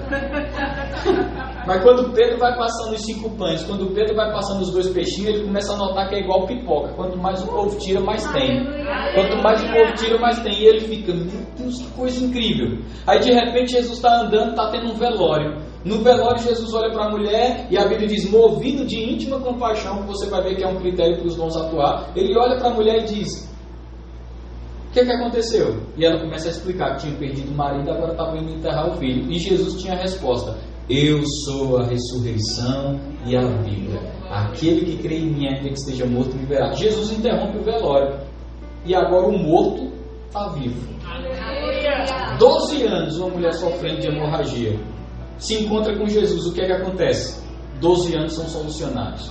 Porque ela diz, eu toquei nele e dele sai o poder. 18 anos uma filha de Abraão olhando para baixo se encontra com Jesus. 18 anos são solucionados. Por quê? Ele diz, essa mulher tem aliança comigo, eu não posso deixar ela desse jeito. 39 anos um homem olhando para o tanque esperando um milagre. Jesus diz, o que queres que eu te faça? 39 anos solucionados com o encontro com Jesus. Jesus carregava a unção, Jesus carregava o poder. Agora eu pergunto para você, o Jesus que resolveu 12 anos em um dia, 18 anos em um dia, 39 anos em um dia, o mesmo Jesus que carregava a unção, você acha mesmo que Pedro não ficava assim, rapaz, eu quero isso para a minha vida, eu quero esse negócio aí? Irmãos, Jesus diz, vamos pregar. Quando eles volta João e Pedro, revoltado porque o povo não tinha recebido a palavra. E João diz, Senhor, em concordância os dois lados, você quer que a gente ore para descer fogo do céu? Consumir todo mundo? Agora eu não sei se você entende, eles não estavam orando dizendo assim, se você orar o fogo desce. Eles estavam dizendo, deixa pra gente, se você quiser, nós que vai orar e o fogo vai descer do céu. Eu não sei se você está nesse nível de fé de fogo descer do céu, mas Pedro e João estavam igual o que eu gosto de dizer, melancia quente, doido para fazer mal aos outros. Eles estavam dizendo, rapaz, a gente vai orar, você fica quieto, Jesus, não precisa nem se mexer não, a gente ora e o fogo desce. Por quê? Descer fogo é a natureza do crente. Se a gente começar sair do ensino e for para a pregação, rapaz, a gente vai ter uma labareda de fogo aqui, porque temos crentes aqui. Mas eu quero te dizer, andar no poder nunca foi o primeiro ponto que Deus pediu. É por isso que Pedro queria muito. Ele tem a primeira oportunidade. Qual é? Jesus diz, vou lavar o pé de todo mundo. Começa a lavar o pé, um por um. Quando chega no pé de Pedro, Pedro coloca o pé para baixo da cadeira e diz, o meu pé tu não lava não. Aí Jesus diz, Pedro, se eu não lavar o teu pé, tu não tem parte para comigo. Ele fez, então lava o corpo todo. O que é que Pedro estava querendo dizer? Ele estava querendo dizer o seguinte, presta atenção. Ou eu vou ser aquele que Jesus não lavou o pé, ou eu vou ser aquele que Jesus lavou o corpo todo, mas igual a todo mundo, eu ungido. Não aceito não. Sou ungido, rapaz, eu vou ser igual a todo mundo. Tem um professor do Rema, ele andava muito com o pastor Bud, né? Desculpa, irmão, eu vou ficar quietinho aqui. Ele andava muito com o pastor Bud. E um belo dia, ele estava atuando nos dons do Espírito. E uma mulher chegou para ele e disse, eu sou cega. Escuta o que eu estou te dizendo. Ele leu o livro do T.L. Osborne, Curar enfermos e expulsar demônios. O que é que ele fez? Partiu para cima para fazer o mesmo. Mas grave essa frase, ser ousado sem ser consagrado é frustrante. Sabe o que aconteceu? Ele foi para cima, chamou 3 surdos-mudos e disse, eu vou orar por vocês. E ele viu que Jesus tinha cuspido na terra, feito um lodo e passado. Ele cuspiu na mão e passou cuspe no surdo-mudo todo. Sabe o que aconteceu? Saiu 3 surdos-mudos melados de cuspe. E ele ficou traumatizado com aquilo. E ele estava na igreja lá adorando e uma mulher que era cega chegou para ele e fez, eu sou cega. Ele fez, amém, irmão. E ela disse, mas Jesus falou que você vai liberar uma palavra e eu vou ser curado. E ele já traumatizado com o que tinha acontecido. Ele só disse assim, então seja conforme a tua fé. E a mulher abriu os olhos, todo mundo na igreja sabia que a mulher era cega. Depois a mulher não saiu, eu estou vendo. E ele ficou tão impactado com aquilo que ele foi para o gabinete do pastor Bud, sem nem pedir licença, abriu a porta, sentou e disse, pastor Bud, eu orei por uma mulher e ela foi curada, era cega, está enxergando. E o pastor Bud olhou para ele de uma forma bem calma e disse assim, bem-vindo ao clube, rapaz. Sabe o que ele estava querendo dizer? Você está se gabando de algo. Olha isso. Ele disse assim, estique a mão. Agora ele pensou assim, eu vou receber uma coisa agora que ninguém deve ter recebido. Ele esticou, ele fez, aponta para mim. Ele apontou. Ele fez, agora pega o dedo e coloca no seu peito. Agora ele colocou. Ele fez, agora diga assim, não fui eu. Aí ele disse assim, não fui eu. Aí ele disse, vamos comigo no mercado. Chegou no mercado, o pastor Bud está andando. Ele tira uma coisa da prateleira, entrega para o Irene e faz, diga. Aí o Irene, não fui eu. Pegava outra coisa, diga. Ele, não fui eu. Vamos me deixar no aeroporto que eu tenho que viajar. Quando chegou no aeroporto, sabe quando alguém está olhando fixo para você e sem querer você vira e dá de cara no olhar de quem está te olhando? Já aconteceu com você? Pois é, o Irene disse que estava no aeroporto pensando sobre isso. Rapaz, não fui eu não. Ele disse que quando olhou assim, deu de cara com a janelinha do pastor Bud dentro do avião. E o pastor Bud lá de dentro olhou para ele e fez.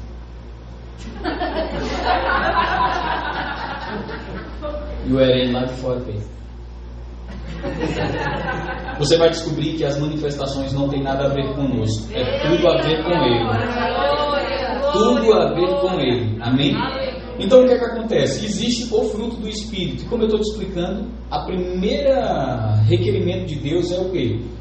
Entenda. Caráter primeiro, unção depois. Porque o caráter é o que vai suportar a unção. E o que vai acontecer, se você não tem um caráter bem resolvido, você vai pensar que é você. Olha só. 1 Coríntios 12:31, desejar com zelo os melhores dons. Aí diz, vou te mostrar como é que deseja, do mais ardente, profundo e intenso do teu coração. Aí diz, vou te mostrar um caminho sobre modo excelente. Aí diz, o amor é paciente, o amor é benigno, o amor é fiel, o amor não arde em ciúmes, o amor não se ufana, o amor não se alegra com a injustiça, o amor não suspeita mal, o amor tudo crê, o amor tudo espera, o amor tudo suporta, o amor não se conduz inconvenientemente. Aí ele diz, presta atenção, se você pega 1 Coríntios 13, que é o caminho que ele está mostrando, ele está dizendo, quer andar nos dons, deseje ser fiel, bondoso, não suspeitar mal, não se conduzir inconvenientemente, não arder em ciúmes, Deseje ser misericordioso, suporte, creia. E você nota que o que ele está dizendo em 1 Coríntios 3 é traços de caráter. Ele não está dizendo, seja apto para ensinar, não, ele está dizendo, você quer andar nos dons? Vou te mostrar a plataforma do caráter. Ele diz, seja bondoso, misericordioso. Como se não bastasse, se você ler Gálatas no capítulo 5, a Bíblia diz assim, o fruto do Espírito é bondade, mansidão, longanimidade, fidelidade e domínio próprio. Aí a Bíblia diz, contra essas coisas não há lei. Não é assim? Se você pegar a lista de 1 Coríntios 13, o amor é bondoso, misericordioso, não há de ciúmes, não se ufana, não se soberbece, não se conduz inconvenientemente, não suspeita mal. Se você pegar essa lista e juntar com Gálatas 5, sabe o que a Bíblia diz em Gálatas 5? O amor o fruto do Espírito é bondade, longanimidade, fidelidade, domínio próprio, contra essas coisas não é lei. Quando você junta essas coisas, você tem um crente com caráter lapidado. Amém. Aí a Bíblia diz, se você praticar isso, automaticamente você exclui da sua vida o que poderia fazer a plataforma da unção cair. Prova para mim, a Bíblia diz o seguinte, e as obras da carne também são conhecidas, e são essas: prostituição, impureza, lascívia, idolatria, feitiçaria, inimizades, porfias, ciúmes, iras, pelejas, dissensões, facções, orgias. A Bíblia está dizendo, se você conseguir juntar 1 Coríntios 13 com Gálatas 5, automaticamente você destrói as obras da carne da sua vida. Destruindo as obras da carne, você está saudável para Deus poder te usar nos dons. Agora deixa eu te perguntar uma coisa, talvez você diga, precisa de tudo isso? Irmãos, você bebe água no copo que caiu a música? Não. E se você tirar a música, você bebe água? Também não. Você acha que Deus vai beber água no copo sujo?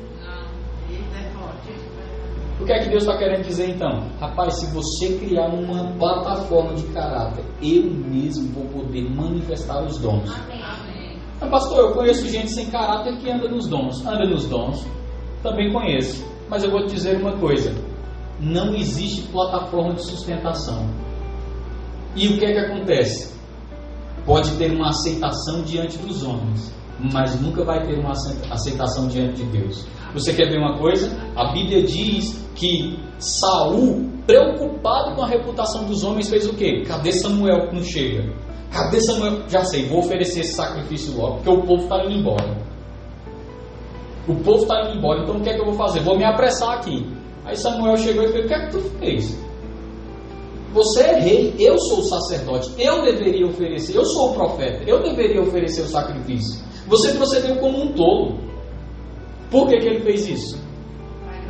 Para agradar o povo. O que é que ele disse para Samuel? Ele disse, apresenta-te ao povo comigo, para que o povo veja que Deus está do meu lado. Mais uma vez ele diz o quê? Ele não está preocupado em pedir perdão. Ele diz, se Samuel, o profeta, aparecer comigo, todo mundo vai ver que eu estou bem na fita. Aí o que é que Deus diz? Não atentes para Saul, porque eu já o tenho rejeitado. É assim ou não? Agora, quando chega em Davi, a Bíblia diz que a arca da aliança estava jogada lá, perdida. Aí Davi vai buscar a arca. A cada 7 passos, Davi diz, para tudo, vamos dançar e celebrar. A mulher de Davi olha da janela e diz, o rei faz um papel de palhaço, dançando no meio das suas servas. Não é assim? Agora eu pergunto, será que foi só Mical que pensou isso? Não. Irmão, se Mical, que era a mulher dele, a mais próxima, que deveria apoiar, estava pensando isso, imagina o povo. Mas Davi estava ligando com o povo.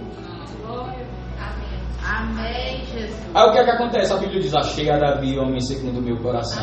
Ninguém cumprirei todo o meu propósito. Saul se preocupava com a reputação perante os homens. Davi se preocupava com a reputação perante Deus. E você pode perguntar, qual é a perfeita dos dois? Eu digo, nenhuma. Nenhum dos dois. O perfeito era o de Jesus, que a Bíblia diz, crescia Jesus em sabedoria, estatura e graça, diante de Deus e dos homens. O que isso significa? Os crentes não podem ter uma reputação aceitável nem só diante de Deus, nem só diante dos homens. É um conjunto, afinal de contas, nem é Saul nem Davi o nosso modelo, é Jesus. Amém. Amém? Então, andar no fruto do Espírito vai respaldar teu ministério. Aleluia. Deixa eu continuar aqui. Estou já encerrando, prometo. Olha isso aqui. Existem, eu vou ler isso aqui para você rapidinho. O fruto do Espírito, o fruto do Espírito o exercer dele é para santificação. Os dons, não. Os dons são para demonstração de poder. O fruto reflete o caráter de Deus. Os dons refletem o poder de Deus. O fruto é desenvolvido por nós. Os dons vêm prontos. Amém? São 9 os aspectos do fruto. São 9 os aspectos dos dons do Espírito. 9 aspectos do fruto. Então, se é um fruto, como é que tem 9? Você já viu aquelas mexerica, é assim que chama aqui também? Quando você abre, não é uma mexerica? Mas quando você abre, tem quantos gomos? Tem vários, não é assim? Assim é o fruto do Espírito. Então, o fruto, mas quando você vai examiná-lo, existe nele amor, alegria, paz, paciência, benignidade, bondade, fidelidade, mansidão e domínio próprio. Já os dons, isso daqui é o que o crente produz, está no seu espírito como um novo nascido, para manifestar isso. Agora, os dons do Espírito são produzidos por Deus, pelo Espírito Santo. E é o que? Palavra de sabedoria, palavra de conhecimento, dom da fé, dons de curar, operação de milagres, profecia, discernimento de espírito, variedades de línguas, interpretação de línguas. Esses dons, eles têm uma peculiaridade. Qual é a peculiaridade desses dons? A Bíblia nos chama primeiro, 1 Coríntios 12, 1. A Bíblia nos chama dizendo, não devemos ser ignorantes quanto a eles. E 1 Coríntios 12, 3 diz, os dons espirituais em manifestação enaltecem a Jesus. Então qual é o objetivo quando o dom entra em operação? É para você dizer, eu sou tocha, vaso? É para você dizer, veja o que Jesus fez através de mim? Não. Quando os dons estão em operação, é para um motivo. Toda a honra, toda a glória seja dada a Ele. Amém? Vamos lá? A Trindade está envolvida na manifestação dos dons. Eu quero ler aqui para você 1 Coríntios 12, 4 ao 6. Diz o seguinte, ora, os dons são diversos. Diga, diversos. Aí depois diz, mas o Espírito é o mesmo. Por que está dizendo o Espírito?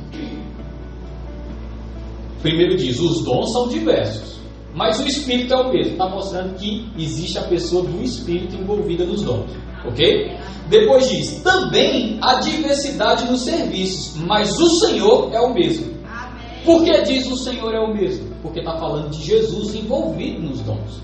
Depois diz, e há diversidade nas realizações, mas o mesmo Deus é quem opera tudo em todos.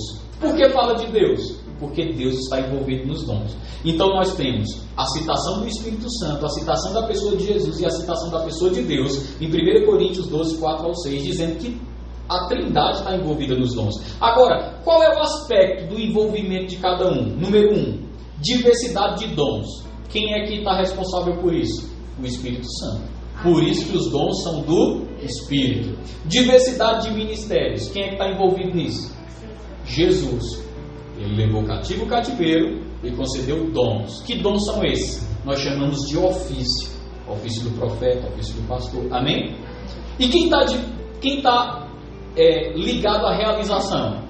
Deus. Não é o mesmo Deus que opera tudo em todos? Então nós temos o Espírito Santo ligado aos dons, à diversidade de dons. Nós temos Jesus ligado à diversidade de ministérios. E nós temos o Pai ligado à diversidade de realizações.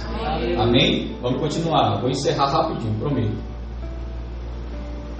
Aleluia. Então nós temos aqui 3 classificações dos dons espirituais. Nós podemos dividir os 9 dons em 3 categorias. São elas, primeiro, dons de revelação. Quais são os dons de revelação? São os dons espirituais que revelam algo. Isso é lógico, né, gente? Aí eu vou dizer para vocês quais são: palavra de sabedoria, palavra de conhecimento e discernimento de espírito. Eu não tenho tempo, infelizmente não vai dar para abordar tudo essa noite, mas a palavra de sabedoria está ligada ao futuro, palavra de conhecimento ao passado, discernimento de espírito a ver no mundo espiritual. Amém? Temos também 3 dons vocais, que são eles: profecia, variedade de línguas e interpretação de línguas. E por último, nós temos os dons de poder. Os dons de poder são o quê? Número 1, olha só. Os dons de revelação são os que revelam, palavra de sabedoria, palavra de conhecimento, discernimento de espírito. Os dons vocais são os que têm a expressão vocal, que é profecia, variedade de línguas e interpretação de língua. E nós temos os dons de poder, que são os dons que fazem algo. Que são eles: o dom da fé, operação de milagres, e dons de curar. Amém? Aleluia. Então, gente, 10:14. Nós temos aqui ainda, eu ia mostrar para vocês, aonde se encontra no Novo e no Velho Testamento a palavra de sabedoria, depois a palavra de conhecimento, depois o discernimento de espírito, né? Quando o próprio Jesus fala, eu vi a Satanás, está falando de ver no reino espiritual. E depois nós iríamos abordar o dom da fé, operação de milagres e de curas. Mas assim, eu vou fazer algo. Se a gente for fazer isso e entrar nessa parte, vai levar aí mais pelo menos 1 hora. E eu não quero que ninguém caia da janela essa noite, amém? Então, aleluia. Então eu vou fazer o seguinte, eu vou aguardar uma próxima oportunidade. E aí a gente termina, amém? Você foi abençoado? Você recebeu da palavra essa noite? Pastora Anitta, muito obrigado pela oportunidade. Se você está aqui e você não recebeu o batismo no Espírito Santo ainda, você deseja receber com a evidência de falar em outras línguas, eu queria orar pela tua vida, para que você receba no precioso nome de Jesus. Então, se você está aqui, a Bíblia diz, não é por força nem por constrangimento, né, mas pelo meu Espírito. Se você tiver, eu quero que você venha aqui à frente. Tem alguém? Amém.